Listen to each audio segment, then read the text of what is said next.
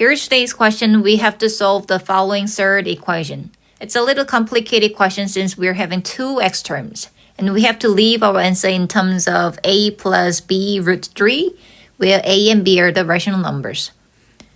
Okay, so before we start, why don't we rewrite the equation again? And to solve the x value, we have to move every single x term to the left side. So 2x minus x root 3 is equal to 8 plus 5 root 3. Then can you recognize that we could factorize the left side?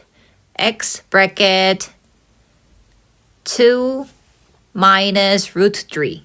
This is the typical way to solve this kind of question. And to get the x value, we have to divide by the 2 minus root 3. So x equals to 8 plus 5 root 3 divided by 2 minus root 3. But this is not the end of the question because a and b must be the rational numbers. That means we have to rationalize the denominator. So we have to multiply by 2 plus root 3 over 2 plus root 3. Then we could write the value as bracket 8 plus 5 root 3 times by bracket 2 plus root 3 over bracket 2 minus root 3 times by bracket 2 plus root 3. We just simply need to multiply, expand the bracket to simplify.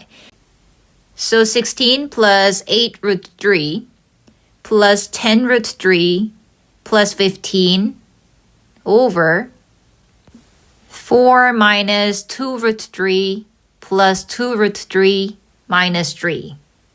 So simplify this, then we get 31 plus 18 root 3 over 1. Ignore the 1, then the result is 31 plus 18 root 3. So this is the answer for today's question. New math lessons uploaded every Thursday. Subscribe and keep preparing your exams with me.